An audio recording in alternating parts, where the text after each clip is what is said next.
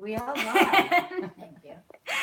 And I generally don't lie. And I believe that to be true. And then, Felice kind of had to remind me that lying is not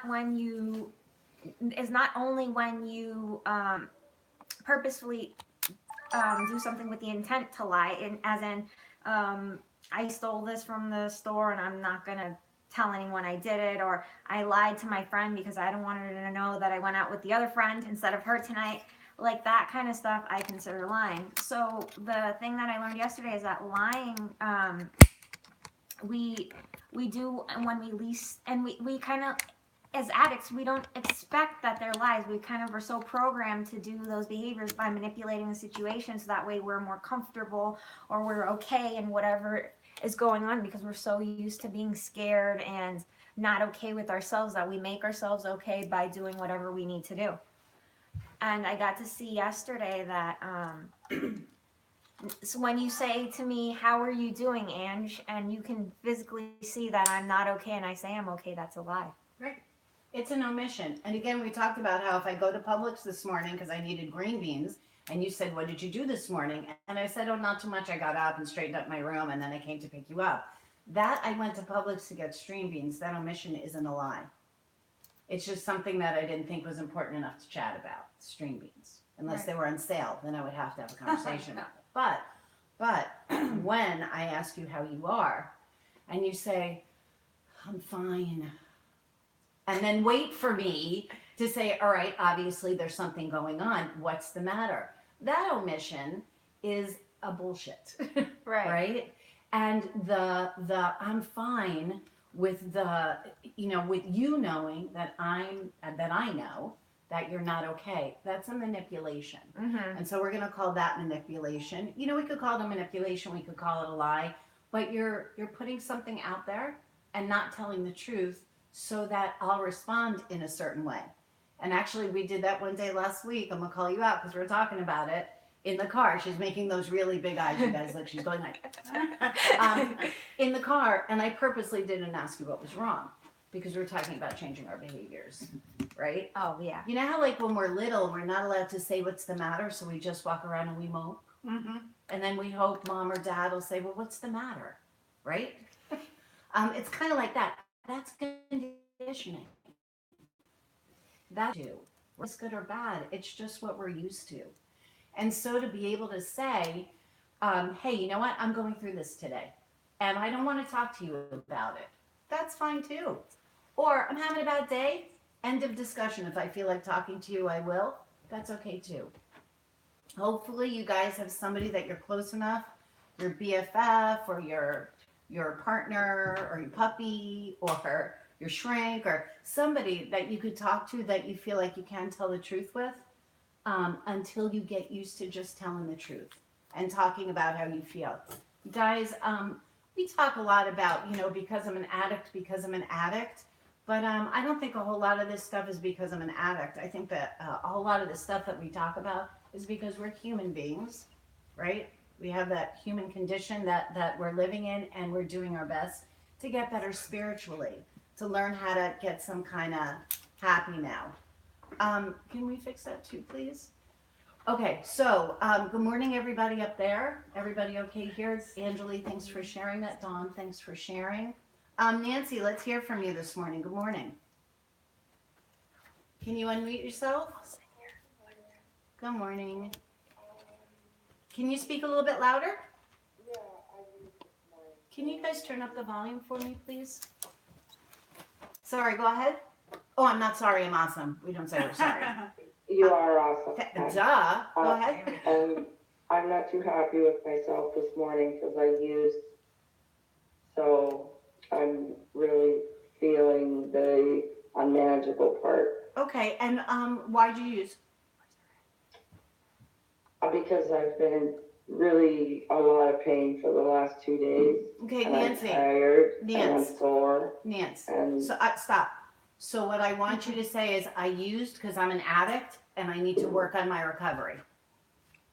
I'm sorry, I used because I'm an addict. And what's the last part? And I'm going to work on my recovery.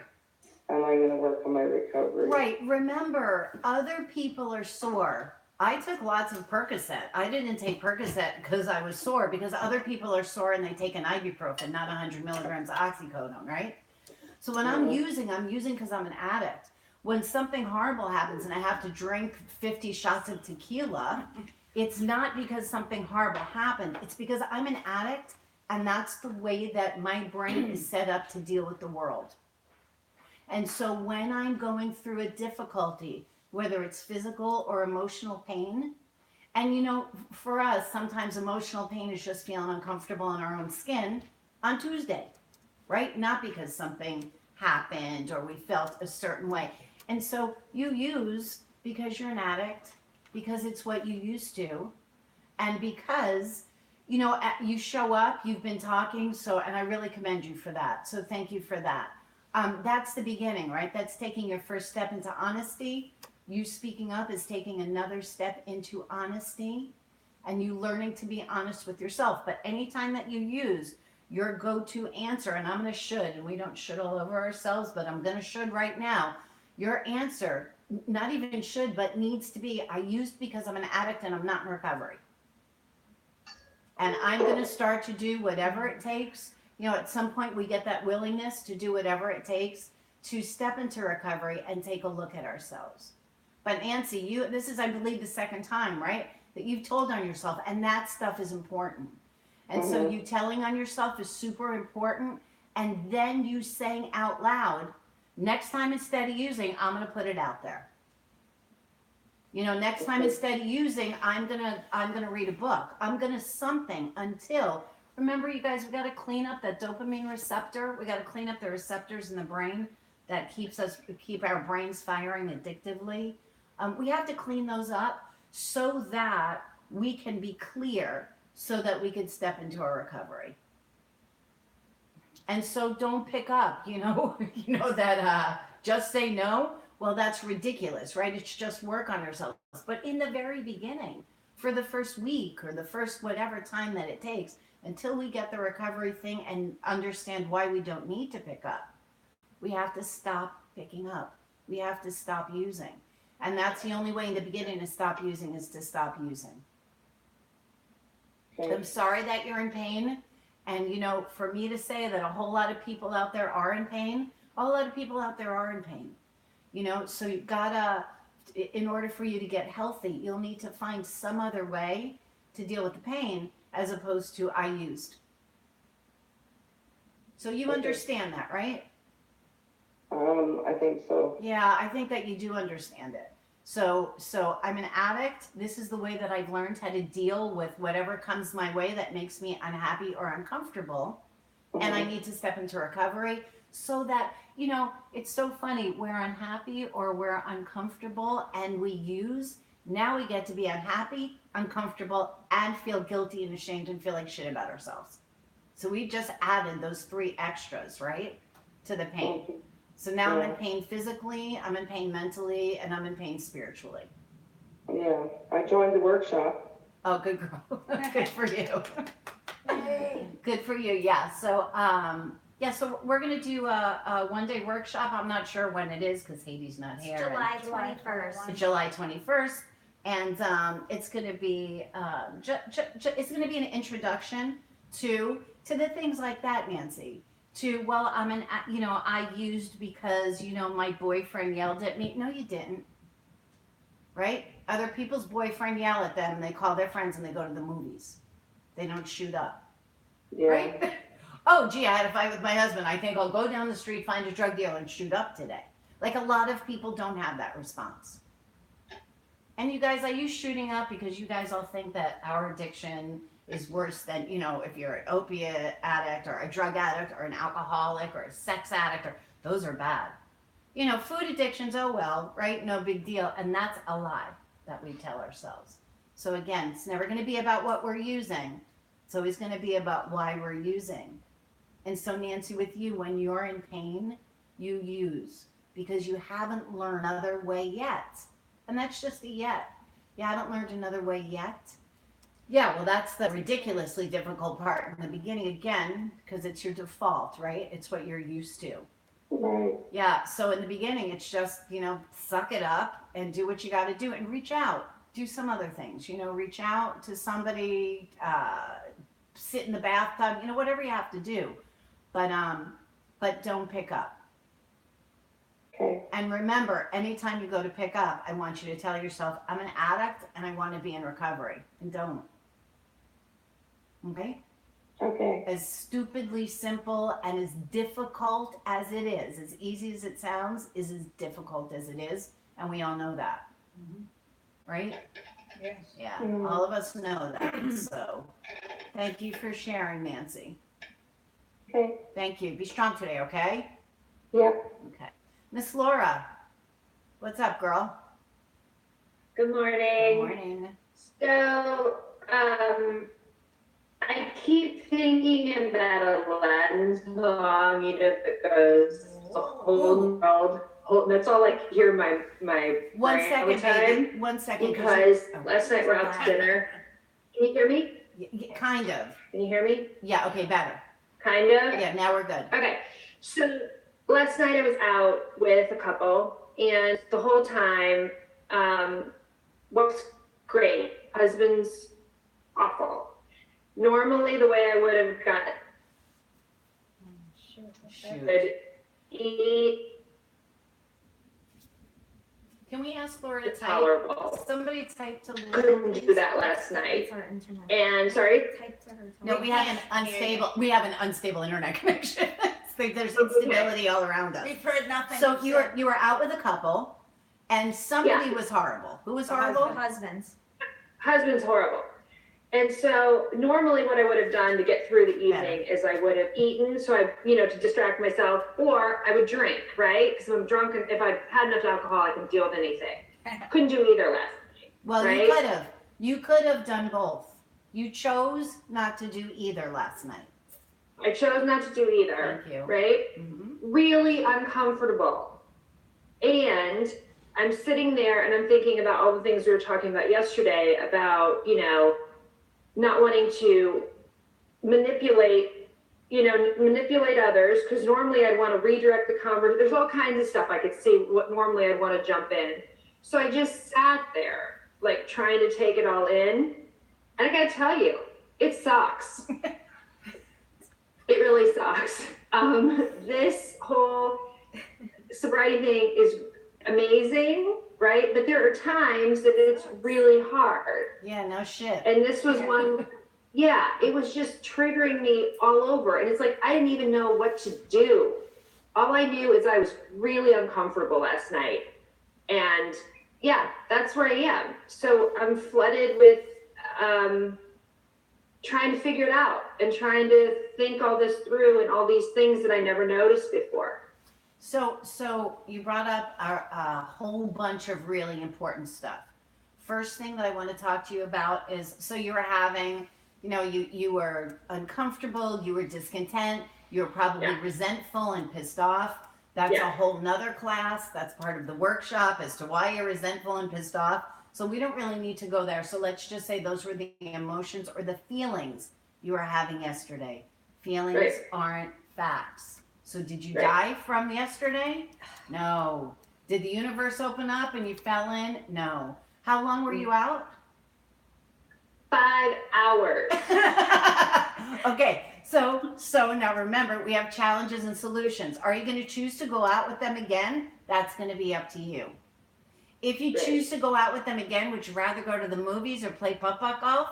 Maybe. So you don't have to just hang out and listen to the drag of the conversation. You didn't use, which, I'm going to pat us on the back. You guys, I love that. We as addicts, we don't use. And so we constantly want recognition. I have 30 days clean. I have a year clean. I didn't use last night, right? And for me, it's like, and I say this, and I'm the first one that wants the recognition, man. I wear my medallions on my purse, right? But really, we want to be commended or get a pat on the back because we're not pissing in the street. But nobody else is pissing in the street either. But because we're not pissing in the street, we want somebody to say, hey, great job. You didn't piss in the street. So you didn't shoot up at dinner. So great job, right? We'll put it that way. So you didn't use, and that's really good. And you're pretty new to the recovery thing. And you're very new to understanding, I think, that there's a whole lot of stuff happening outside of you that you're not in control of. And that no matter how much you want to manipulate it, you'll fail because it's not your business to. And so, you guys, we have challenges and solutions. The only thing we understand in recovery that what we are in control of is our perspective and our actions. Sometimes your perspective can just be looking at somebody and saying, wow, I'm really happy with where I am today. Right? You know, we're going to have opinions of others. Forgive him, for he knows not what he does. Right? He's a drag. He doesn't know he's a drag. He's an idiot. He doesn't know he's an idiot. He's opinionated, right? Opinions are like assholes. Nobody needs his, right? You got your own. So you went through that uncomfortable, you were uncomfortable and probably crawling in your skin, and everything for you to use is right there. Because unfortunately, when you want to use, you don't have to go to your drug dealer. They're everywhere, right? It's like being an alcoholic. Your drug dealer's everywhere, right? Your food dealer, your waiter is right there. And so you didn't pick up. And so you got through the night without picking up, and it was a drag. Let it go. Because here's the challenge. We're still talking about it this morning, and thank you for sharing, because, with what Nancy just said, and okay, you were uncomfortable. You probably would have hoped yesterday for 5 hours it could have just been that your back was killing you, but you were having great conversation, right? Maybe it would have been less painful for you, correct? But understanding too is that now today, you said it, we're going to call him Fred. Fred's an asshole. Okay, Fred, you're an asshole. They say mean people suck. It's because mean people suck. But, and now let it go. Because if you carry it with you through your day, it's about you and it's not about him. Right? Okay. He went to bed. He woke up today. He still thinks he's fabulous. Right? Okay. He can't wait to have another 5-hour conversation with you so he could convince you that the way that he looks at the world is right. Right. He has no challenge except probably. Yeah. Laura was so nice and quiet last night. It was so great. I got to talk the whole night. Right. He's probably all kinds of happy. If we're gonna play there, right? Okay. Right. So let it go. So yeah, we're going to step into situations like that, and it gives you a chance to think about next time. How would you want to change that situation so that you're not stepping into the same situation again? And let it go and forgive him, for he knows not what he does. And it was 5 hours. Was there anything that happened? If we're going to turn it around and talk about 3 things that you're grateful for, what would there be 3 things that you were grateful for? You're probably grateful that you have a car so that if you needed to make an escape, you could have. Even that there's Uber, right? Probably grateful for Uber in case you want to make an escape and your husband had the car. Right. Grateful that you have the cash to go out to dinner. Yeah. Right? Grateful that you have the means to do that. Grateful that, I don't know if whatever you ate might have been something, you had a great salad and an awesomely cooked piece of chicken, something that you could look at, because I understand that you're kind of stuck there, right? So it's kind of like, I'm in a really bad movie and the doors are locked. But it was what it was, and it's over. Now let it go and think about next time what you can do differently as far as putting yourself in that situation. Okay. Right? Yeah. And from what we talked about yesterday, for you, I think that it's almost felt like it's been your responsibility to make sure that the conversation goes okay and that people are saying the things that they should be saying so that everybody could be enjoying the evening. And although it would have been more fun for you, I'm sure, it still doesn't serve you. Right? Because then you get to be opinionated like everybody else and try to be manipulative like other people are doing. And is that what you want from yourself? Or do you want to just choose better people that you have more common interests with to go out to dinner with next time? Yes. Uh-huh. Yeah. I think that's it. Right. And don't carry him on your back all day. Okay. Right? That's a really good thing for me to think about. I will work on that today. Yeah, just That's let what it go. need to do. Yeah, let it Yeah. go. Yeah. Let it go. Is his wife cool? She's somebody you're friends with? Yeah, she's cool. Okay. All right. So that's good. right? So that was one of the good things. Okay. Yeah. All right. Thank you for sharing. So that you're talking about that uncomfortableness, that's exactly, and I'm glad that you put it out like that as opposed to physical pain, because that's just as much of a pain in the ass as physical pain is. When we're in physical pain, we don't realize it, and when we're uncomfortable, we don't realize it the other way, but it is. So thank you Okay. so much, Laura. Thanks, baby. Good to see you guys this morning. Jess, from across the world, what's up? Good morning. Good morning. Well, afternoon for me here. Yeah. Yeah. What do I want to share about?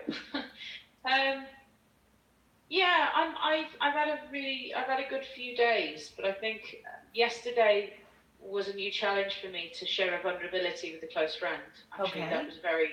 that was actually very challenging because I'm someone who struggles to share vulnerability, particularly with even close friends. It's one thing to share something with a total stranger or someone who I don't know, but I think it's harder when it's someone you know, who you've been friends with, where there was some distance, and then all of a sudden it's the reconnection, and sharing a vulnerability. Although what did help was the fact that this person also shared a vulnerability of hers, which gave me the opportunity. We lose I connection. think it was a bit scary. It was a bit frightening, but what I feel I've gained from that is okay. That's a stepping stone for me. But yeah, the food. Let's not talk about the It's not food the for a food. No, second. sorry, it's not the food. I'm Jess, still having. Yeah. I want to go back and I want to talk. I want to ask you, why is it uncomfortable for you to be open and honest? Funny, we talk about vulnerability. So we've decided that if I tell you the truth, it leaves me open to get hurt, right? So what is scary about that? First of all, so you're afraid of getting hurt? Yeah. I guess nobody likes to be rejected or abandoned by people. I mean, I Right. say that but that may be just mainly me. But It's not I you. find that difficult. That's human beings. It's a human trait. So I don't want to share something and open up to you, because if I do that, then I'm allowing myself to get hurt, right? But if I don't do that, I'm never going to have a fulfilling, authentic, close relationship with somebody, correct? Which is also one of the things that we want as human beings. And is there any way for us to talk about the gist of what you were afraid to share? Just to share about my sexuality, basically. That was the gist of it. Okay, Because so I'm going to share about my sexuality. What could have been so horrible from the other end? I think it's knowing that in my religious Oh, no internet. she would respond negatively because of being of the same religious community, and that was my concern, is that rejection would sort of whack me in the face when I'd already worked so hard to get to a space of accepting it, and acknowledging the value of myself. Okay, and so when we talk about fear, we talk about losing what we have or not getting what we want. Losing what we have, I'm afraid of losing this person's respect, right? I'm afraid of losing this person's love. I'm afraid of losing this friendship, correct? And here's the thing that we did talk about yesterday in workshop as well. If you can't be honest with me about your sexuality, if you tell me you're into men or women or tall people or short people or black people or white people or purple people or whatever, polka dotted people, and that information changes the way that I feel about you as a human being, do you want to be my friend? Do you want to be friends with somebody that doesn't love you and accept you? I never understood that whole thing. Who gives a shit who you decide to love, man? More power to you, right? I never understood that whole prejudice kind of thing personally, but who cares? But Jess, you and I are BFFs, and you tell me that you're da da da da da da da, and I don't want to be your friend anymore. Am I somebody that's actually your friend? Do you think that I don't even know you. right? I know you a tiny bit from being on here. I've probably had more honest conversations with you than the majority of the people in your life, correct? Do you think that anything that you could say to me right now, that I'm going to say to you, well, you know what, Jess, I can't talk to you anymore?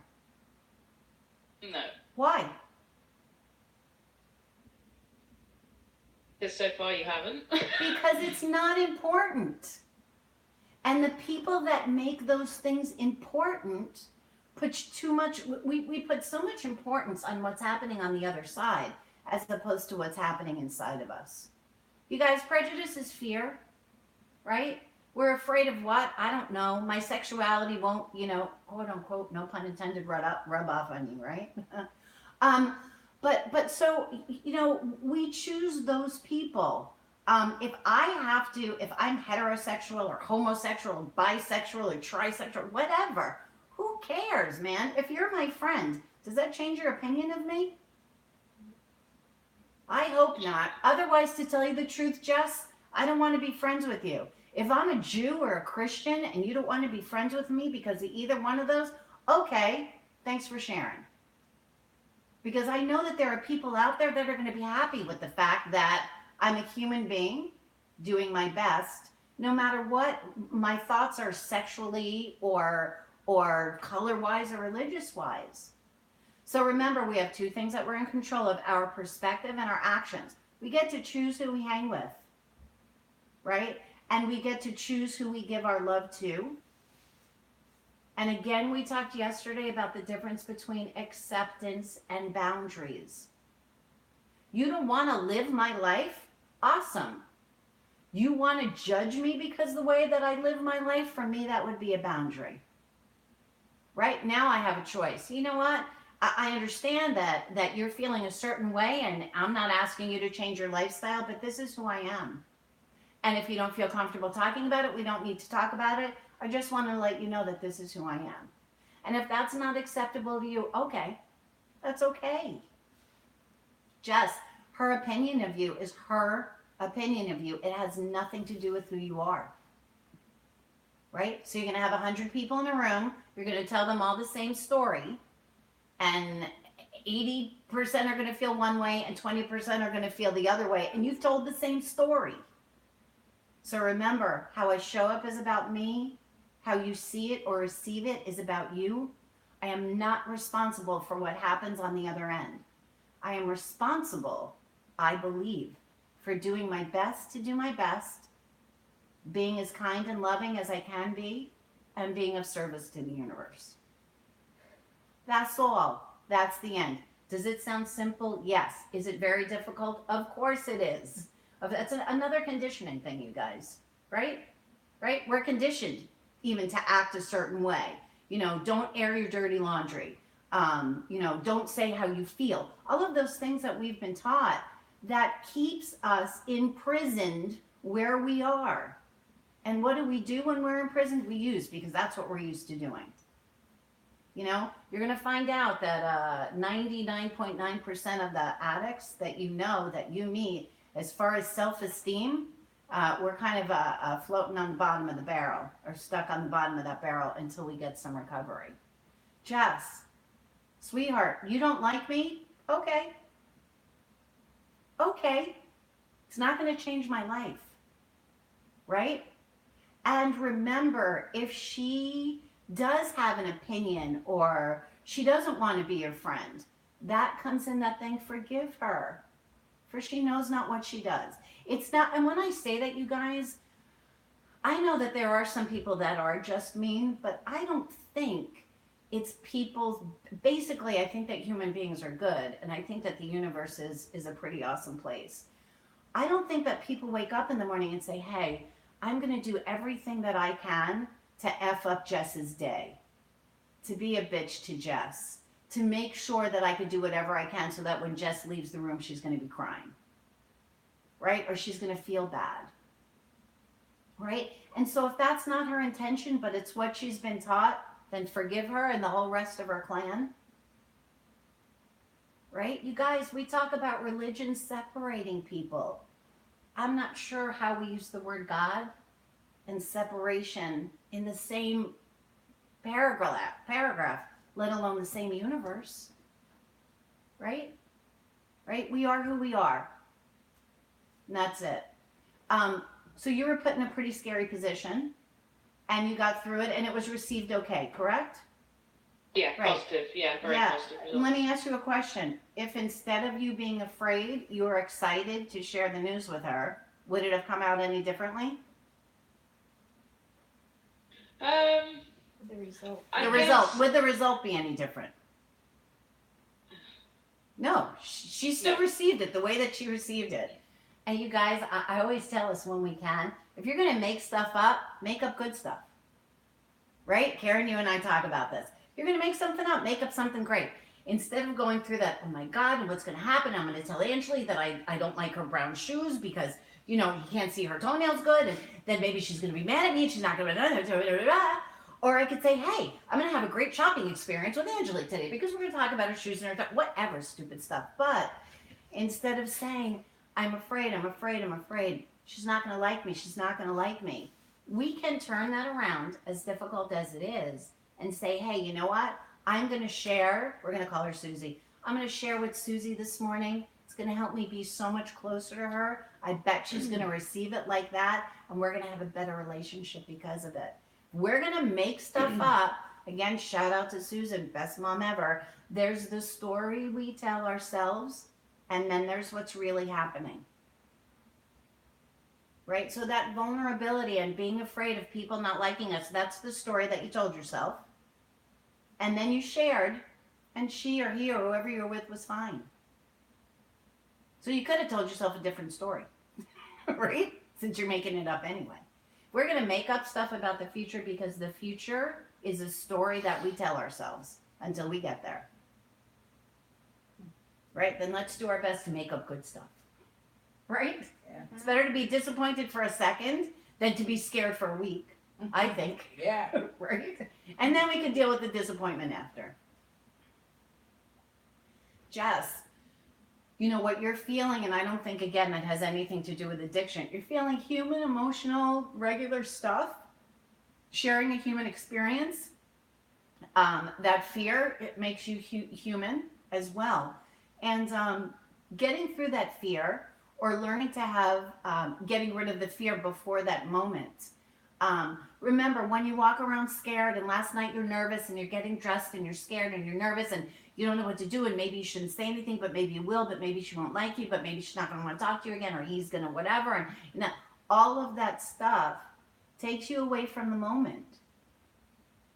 Right? So instead of looking forward to an event, you're petrified because of something that might happen that didn't happen anyway. Right? And that's where we see that the fear doesn't serve us. We all got it, but we see that it doesn't serve us. Fear of playing in the middle of the highway serves us. You play in the middle of a highway, you get hit by a car, and you probably die. Right? So that fear is something that we need to have. Right? But not being afraid of what somebody might say or how somebody might react, because that just takes away from the moment that we're living in. Easy to say, really difficult to do, right? Really difficult to do. Thanks for sharing that. Thanks. And I'm really glad that it went well.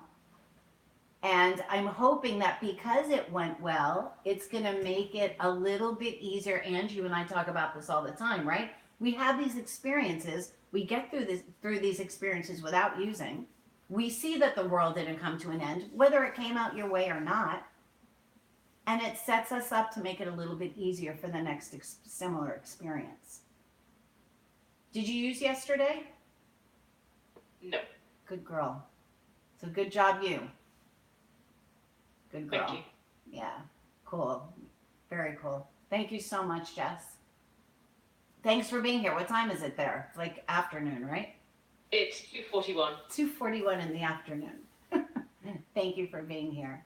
So Karen, just shake your head. Are you able to talk or no? I am, yes. Okay, how are ya? Well, I came away from yesterday's workshop really realizing that my manipulation is much more insidious than I realized. Also, checking my motives. I'm questioning my motives about things. I'm even questioning my attitudes and my, my positions on things. So it really shook me up in probably a good way to think about things. And so, Karen, I think everybody left yesterday's workshop feeling exactly that, by the way, from what I understand. Remember, too, when you say check your motives, the things that we do and the things that we're learning to do in recovery, when I said, and this is the beginning of your recovery. So now you're at a point in your recovery where before you didn't give a shit what your motives were because you were just, doing your best to put down the food.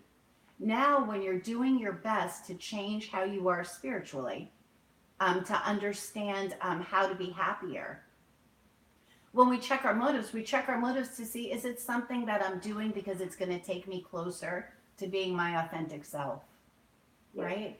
Because when we're authentic, we're happier, right? We don't have all that extra stuff to be thinking about and worrying about and what if and who did and if you say and if she said and this is going to turn out that way. It's just showing up and doing your best to do your best. Can you imagine if we had classes like that since we're little? It's all you need to show up is do your best to do your best. And that's your motive. We talked about yesterday about giving without the expectation on the other side. And that if we give with that expectation, if I give Ahmed a hug and I'm giving him a hug, not because I want to give the dude a hug, but because I want him to think I'm a fantastic person, I'm not being kind or of service. My motivation is that I'm putting something out into the universe to get something back. That's self-centeredness. Uh-oh. Everybody, what are we uh-ohing? That's self-centeredness. That's self-centeredness, right. If I'm giving him a hug because I want to share some serotonin or whatever with him, that's different. Then that's just me being, because I just want to be nice and I expect nothing back from him. Especially if he's mad and I give him a hug and he's still pissed off. That's okay, man. That's about him, right? Not about me. And so we talked about that stuff too. Why am I giving? What's my motivation for doing the things that I'm doing? Because I tell you what, when our motivation is just that, we're giving to be of service to the universe, our lives are so much nicer because we're not disappointed, because we're not doing a certain thing or saying a certain thing and expecting somebody else to act or react another way, right? Which is crazy because we're not in control of that, right? We're just in control of showing up and doing our best. Yes. And you look like you're got all kinds of things happening there in your brain. And I'm thinking, what name can I make up so I can ask this question and they won't Okay. know I'm asking? Fred. No, I'm kidding. Oh. It's me. It's my Oh, question. Fred is going to talk. Go ahead, Yes, Fred. I'm gonna talk. Okay. Okay, so you said a lot about okay, aside from that, so I'm working in recovery, I'm doing these things and trying to be the best person I can be for myself. And you get to a point where you feel like, okay, I'm gonna say I, 'cause it's me. I feel like I've put in a lot of work and I've done a lot of things, and then your recovery I know it has stages where it plateaus and you stay at the same point for a little while, and then you either regress for a couple of days and then you move forward so much further than you were before, or you move forward in steps. And I think right now I'm at a point where I've gotten really far in my recovery, more so than I ever thought I would get. And then it gets to a point where I'm at this last part or last step, or my perception of what is this last Right, because you ain't at your last nothing, step. little No, girl. I know that. I know that. But you're moving up. Right. You're moving on in your recovery. Right. Okay. And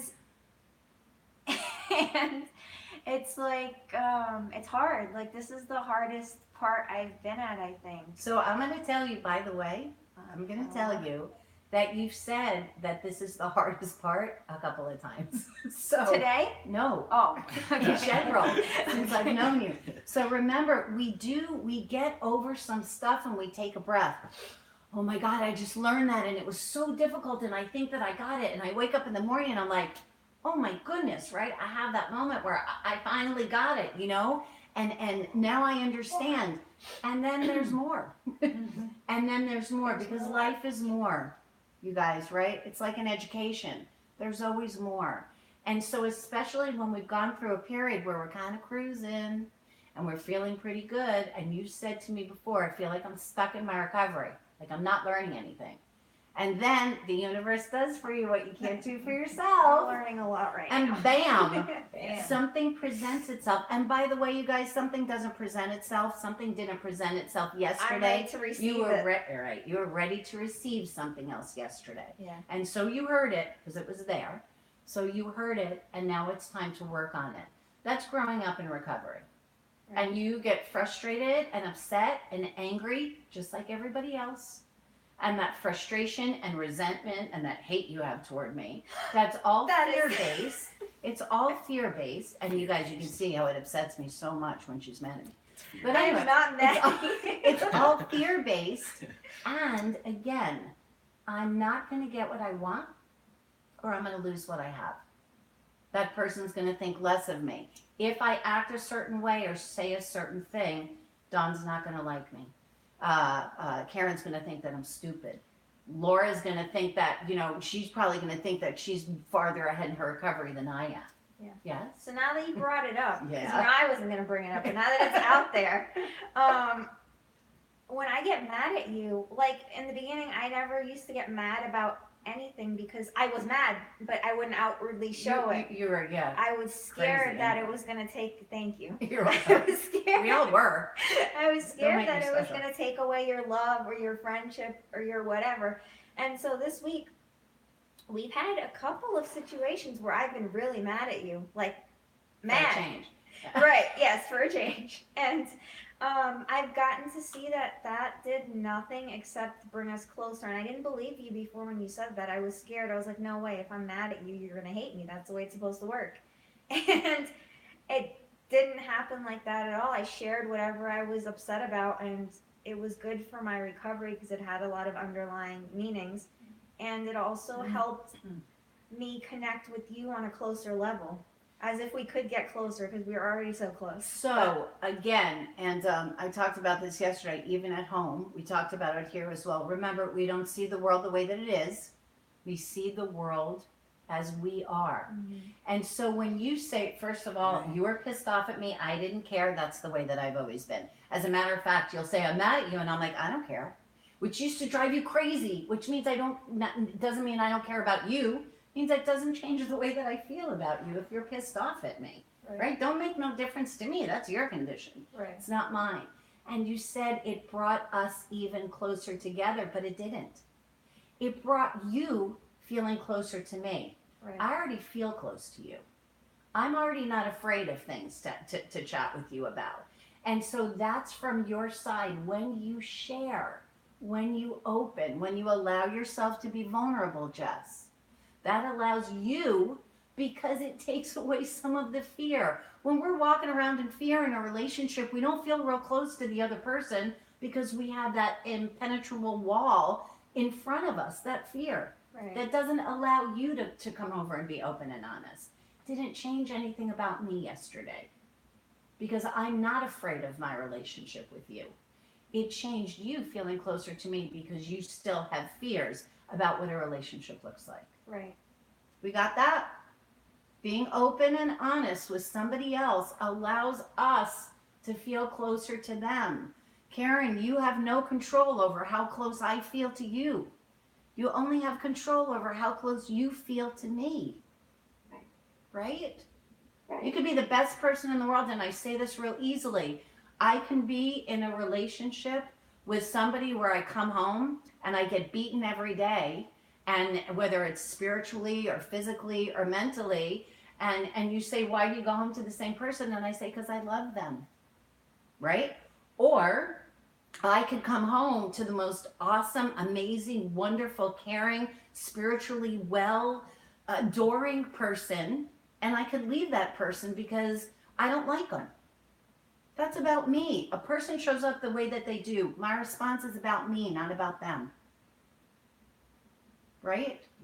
Very important lesson to learn, you guys. And so when you're open and honest with somebody else, it allows you to get well, not them. I might be able to relate to you more, and that might be what happened on the other side, and it's a win-win, right? Because I see a part of you that I couldn't see before. But realistically, we share and we feel for us, and the universe accepts it or doesn't accept it because of the way that that person or that thing or where somebody else is. Do we have time for a viewer question? Yeah, viewer question. Do we? I have no idea what time it is. Yeah, Yes. yeah. I can't. I'm gonna paraphrase. 'Cause Paraphrase. We got a lot of comments. It's gone.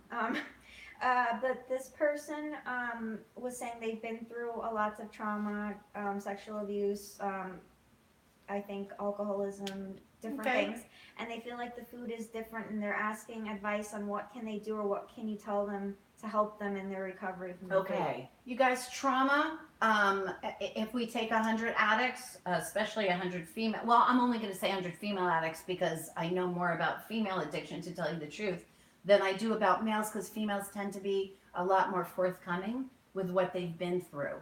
So, PTSD, sexual abuse, growing up, being the adult child of an alcoholic, having addictions, whatever, you're going to see a whole lot of people that are stepping into recovery that have that same background.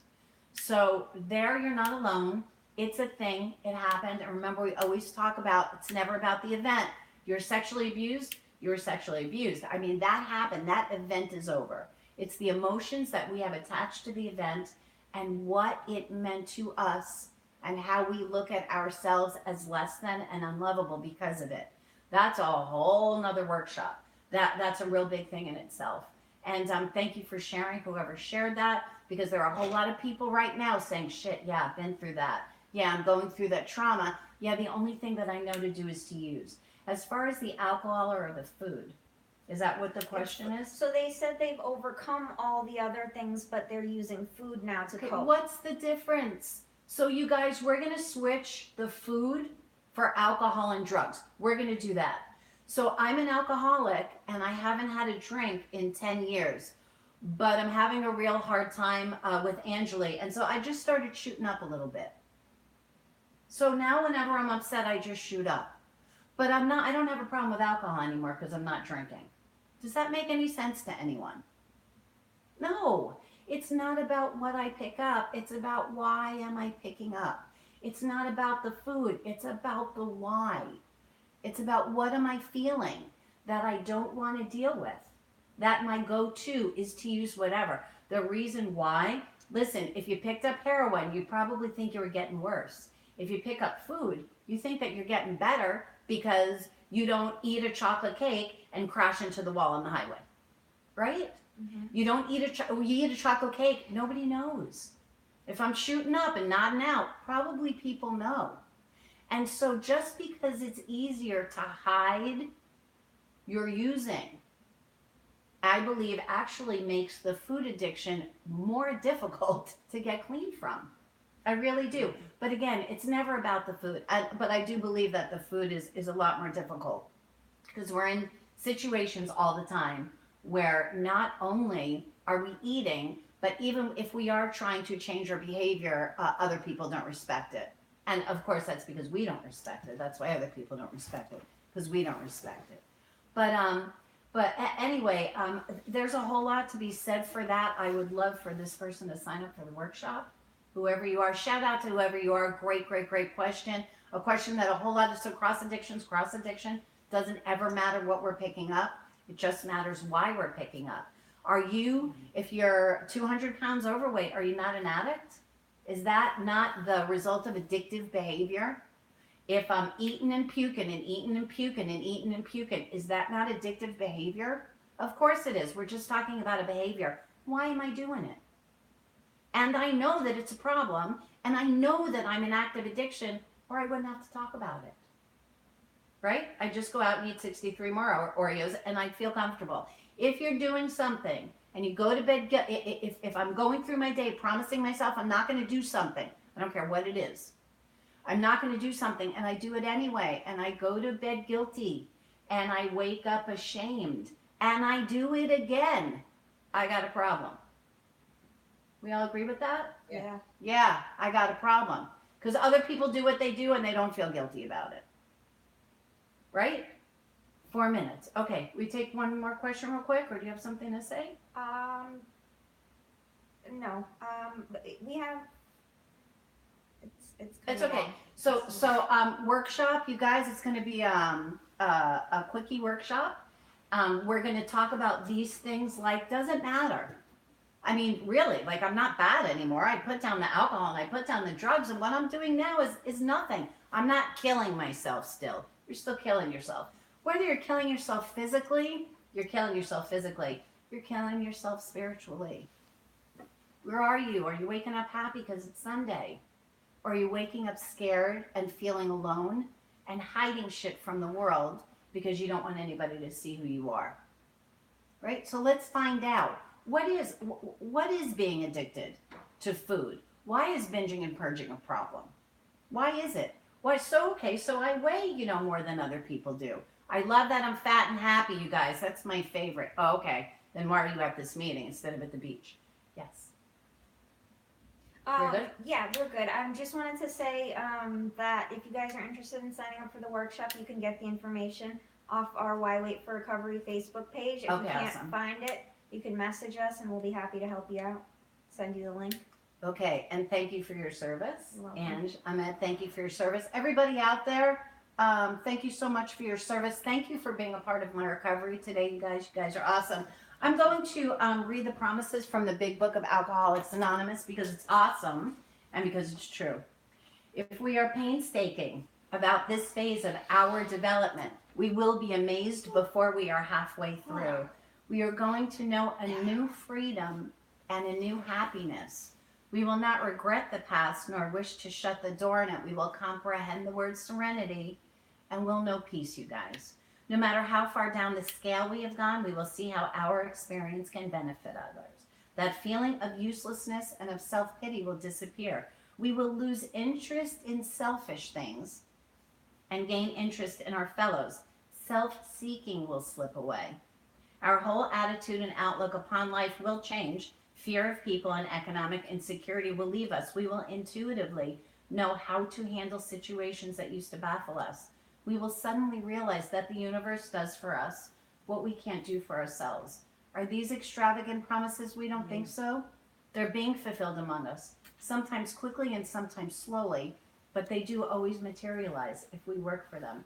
I'm so blessed and grateful to be in recovery. I'm blessed and grateful for every one of you. I'm Dr. Felice Cellini. This is our Why Wait for Recovery Sunday morning recovery meeting. Recovery is difficult and absolutely amazing. Make it a beautiful week. See you guys at our Thursday night meeting. Peace out. Thank you, Ange. So we had some internet challenges.